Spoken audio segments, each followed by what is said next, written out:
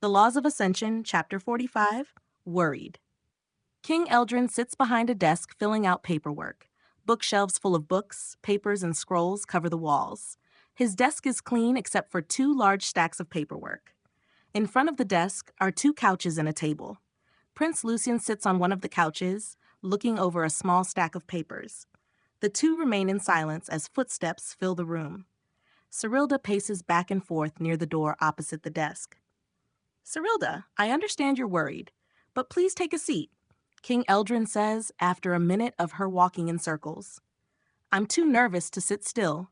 Even with the Shadow Knights out there, I'm not calm. I should be out there looking for Lorik. He wouldn't have pressed that button unless he was in danger. Cyrilda says, causing Lucian to sigh. You sent him out there because you trust his abilities.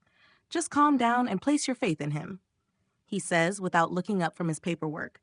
I only sent him there because someone here said I needed to search his house. Cyrilda snaps back. And what did that search turn up? Oh, right, a broken mask with clear origins from the black market, Lucian says, causing her to scoff. That's enough, you two. Lucian, you know that just because he enters the black market, it doesn't make him a criminal. Thousands of people enter that place, yet we do nothing. This will likely be no different. Eldrin says, what about the recent attempts on Seraphina's life? You don't think Lorik could have been the inside man for their assassins? If he wanted, he could just go back to the black market after they kill her. If he killed the princess, he'd be a hero down there. They'd protect him, and if we went after him, we'd have 2 wars on our hands. Lucian asks, causing both Eldrin and Cyrilda to look at him. They look as if they have never considered that possibility before. He wouldn't have done that, regardless of his involvement in the black market. Cyrilda says, You've known him for barely 2 months. He's been out on missions and tasks for half that time. How could you possibly be so sure? Lucian asks. Before Cyrilda can answer, there's a knock on the door. A knight comes in and bows before speaking.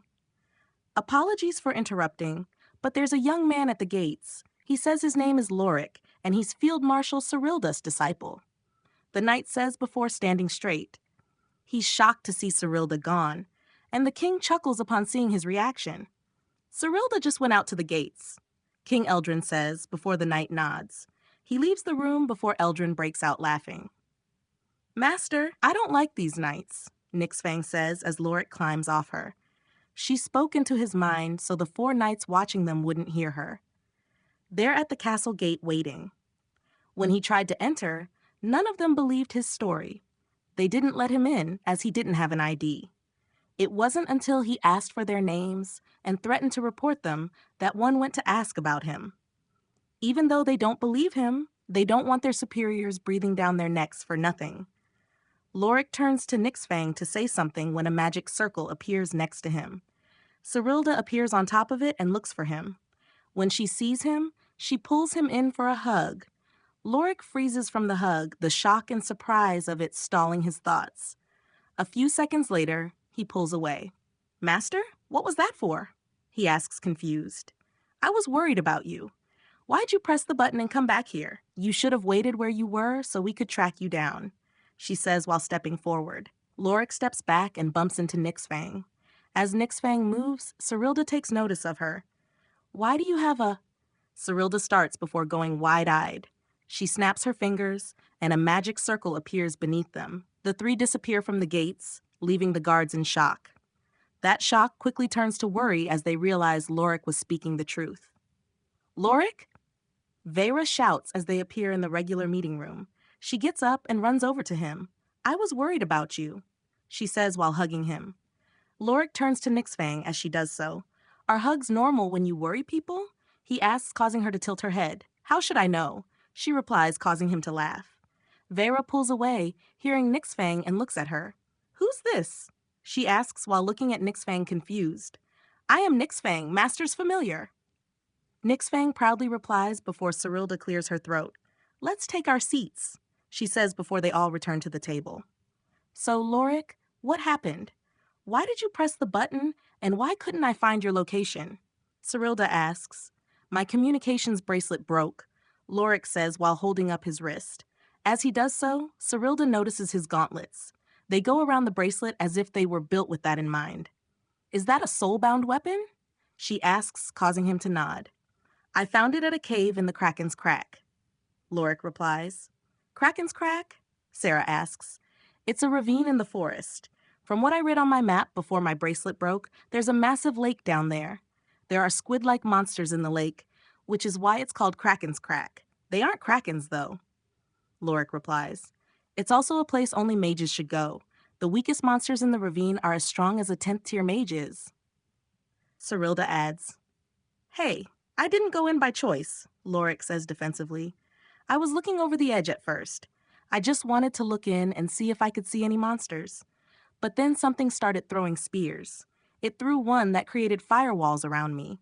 Then it threw another that caused the edge of the ravine to collapse. So I fell into the ravine and landed in the lake. Fortunately, we were close to the edge, so we got out quickly. After that, we ran, and Nixfang here found a cave. Inside, it was an invisible wall. The monster that I assume brought us down was chasing us, but it couldn't get into the cave. Beyond the invisible wall was a tunnel. It led to a cavern where I met a residual soul from ancient times. He gave me this weapon and his law, Lorik says before Cyrilda stops him. What law? She asks. The law of gravity. Lorik replies with a smile. Okay, so why did you press the button then? She asks. After I received the inheritance, I pressed it. I didn't know if the cave I was in would lead to the surface or not, so I pushed it since I didn't think I'd survive returning to the ravine. But it did lead to the surface. So after getting out, I rode Nixfang back here. Lorik says, All right, so let's just start from the beginning. Tell me what happened after you got to the forest, Cyrilda says. Lorik spends the next hour recounting the events. He tells them how he found Nixfang and how he cleared the goblin nest. Then how he explored the surrounding area before falling into the ravine. He tells them about the test and what he spoke with the residual soul. When he says he reached enlightenment, Cyrilda's eyes go wide. But they don't go as wide as they did when she first saw Nixfang. When she hears about Nixfang's thermal fluctuation law, she only nods. After he's done, she remains silent to absorb all the information. I can't believe you got a soul-bound weapon, Vera says while looking at Lorik's gauntlets. Hearing her say that reminds him of something. Right, I forgot about this until now, Lorik says while taking the second sword from the cavern out of his storage ring. He grabs the blade and passes the grip to Vera. This was in the cavern too. The residual soul said it's another soul-bound weapon. But it uses the law of destruction, so here you go, he says, causing her to look from the sword to him. I can't accept this, she says while pushing it back. Why not? Lorik asks, confused. Well, I already owe you for the bracelet. This thing is worth a lot of money too, isn't it? So I can't just take it, Vera replies. It's actually not really. Only demons can learn your law of destruction, or so the residual soul told me. You also said the last time someone in your tribe comprehended this law was hundreds of years ago. So who else could I possibly give it to? Lorik says, causing her to shake her head. Still, she says before he sighs. If you don't take it, it'll just take up space and collect dust in a vault or my storage ring. Lorik replies before smiling. But if you really don't want it, I guess I can use it as a doorstop or something, he says while pulling it away. Vera quickly reaches out and grabs it. That's what I thought. Just take it, Lorik says while letting go of the sword. Vera pulls it closer and just admires it. So I just fill it with soul power? She asks after a moment. That's what I did, but then mine changed forms. It used to be a broadsword before, Lorik says while holding his claws up. Wait, it changed forms? Are you sure? Cyrilda asks, causing him to nod. Is it bad if it changed forms? Rowan asks, confused. No, in fact, it's good. Only diamond and legendary soul-bound weapons and armor change to fit and suit their master. Cyrilda replies as Vera fills her sword with soul power. The sword suddenly melts, causing Vera to smile. The metal gathers around her hands before forming a pole. A grip and guard form, but instead of a blade, the pole remains. She casts Destructive Blade and a magic circle appears around her grip. The energy from her spell roars and rages more intensely than ever before. Vera just smiles before deactivating the spell. She tries to store the sword in her ring, but it resists. I can't store it, she says while trying and failing again. You have to store them in your soul.